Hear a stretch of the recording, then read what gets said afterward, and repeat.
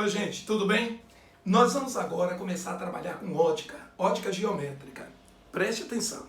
Quando a gente está trabalhando nessa parte da física ótica geométrica, a gente estuda o comportamento geométrico da luz. Veja o nome, comportamento geométrico. Para aí. Gente, a luz, na verdade, se a gente começa a discutir hoje, século XXI, falando da luz, a luz, na verdade, apresenta o comportamento dual. Ela se comporta, ora como ondas, ora como partículas, a depender do fenômeno estudado. Bom, só que essa ótica geométrica, praticamente criada por um cara chamado Isaac Newton, da segunda metade do século XVII, ela admite a existência do chamado raio de luz. Eu quero dizer, antes da gente começar a entrar na física, que não existe um raio de luz. Nós temos raios. Por exemplo, às vezes o pessoal diz assim, sala de raio-x. Errado. Sala de raios X.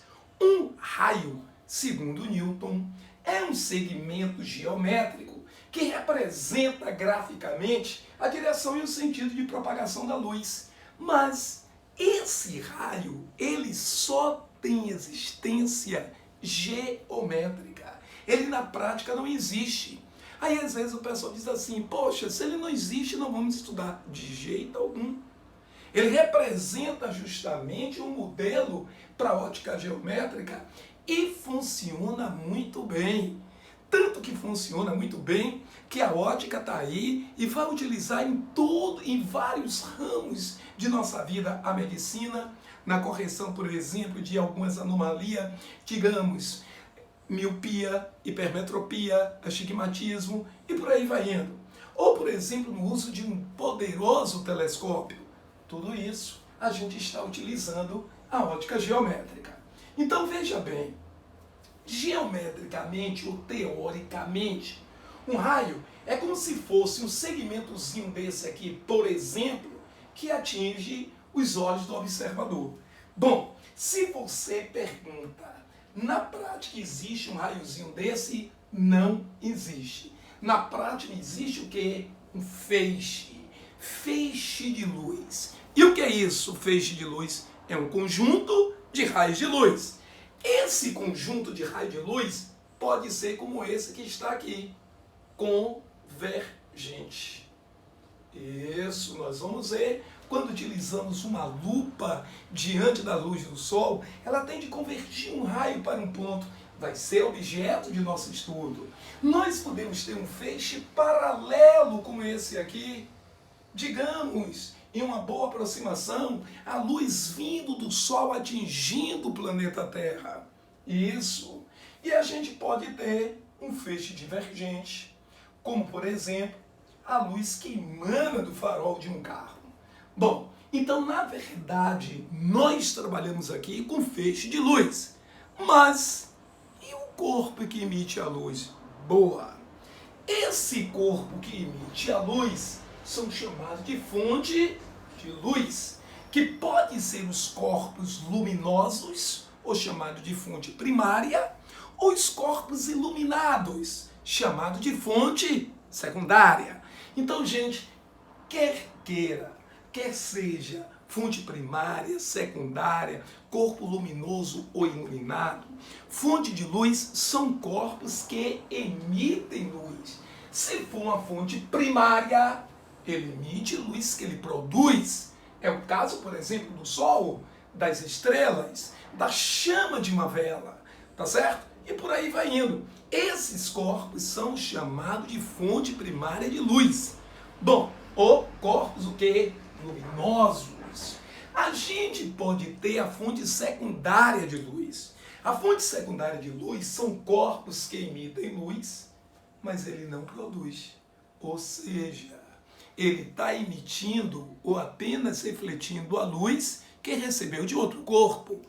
Como é o caso, por exemplo, da nossa Lua, das árvores na rua, tá certo? Dos carros, das pessoas, não é? Então somos corpos o quê? Pessoas iluminados, tá certo? Bem, mas aí a gente falando desses corpos luminosos e iluminados, vai aqui uma pergunta. O que são fontes de luz incandescentes e luminescentes? O que é isso? Vem comigo aqui que eu vou explicar. Bom, gente, então eu perguntei o seguinte. Bora. Fonte primária de luz incandescente e luminescente. O que significa isso? Rapaz, fonte primária incandescente, fonte primária luminescente, isso está relacionado à temperatura da fonte. Temperatura da fonte, Luiz? Como é que é isso? Ó, é bem simples. A fonte incandescente, ela emite luz estando a temperatura relativamente elevada, como é o caso, por exemplo, do Sol.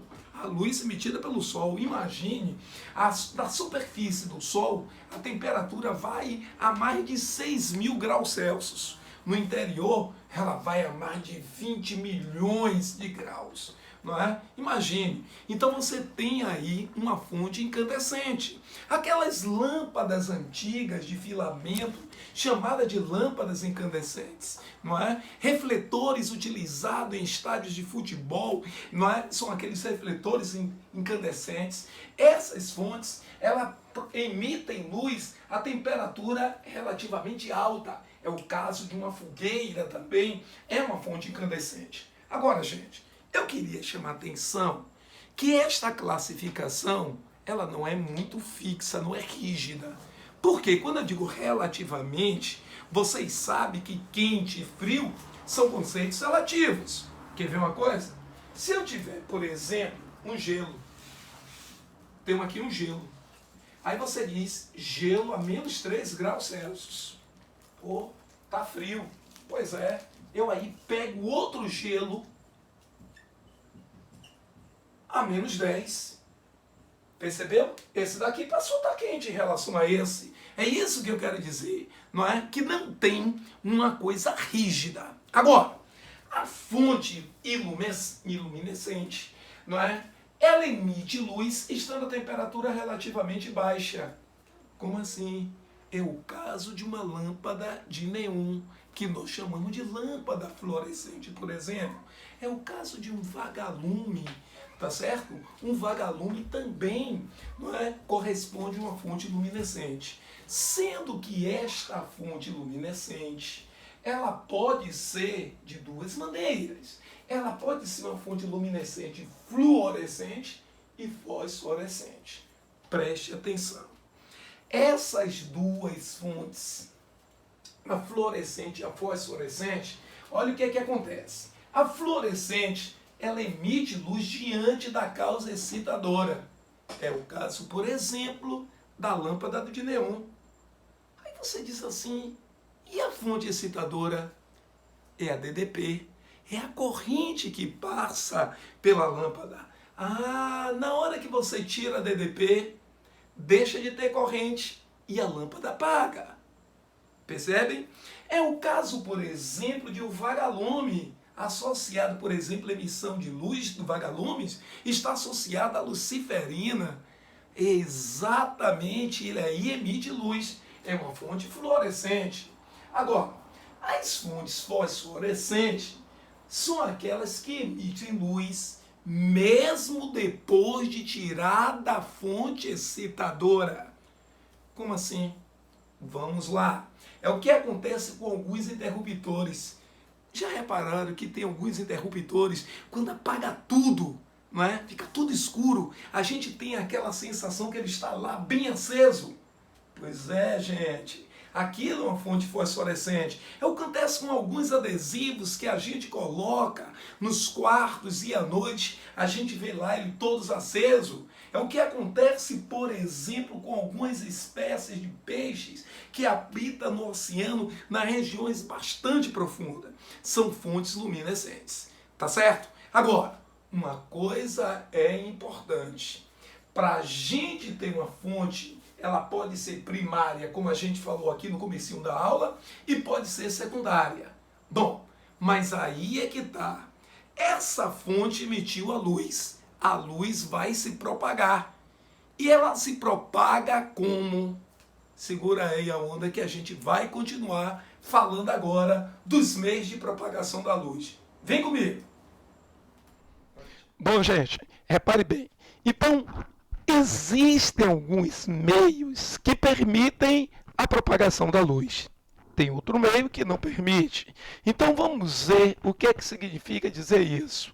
Na hora que você estiver trabalhando dessas fontes de luz, é lógico, elas vão estar emitindo luz e essa luz vai ter que se propagar para algum lugar. Então, por exemplo, meios de propagação da luz. Os meios podem ser transparentes.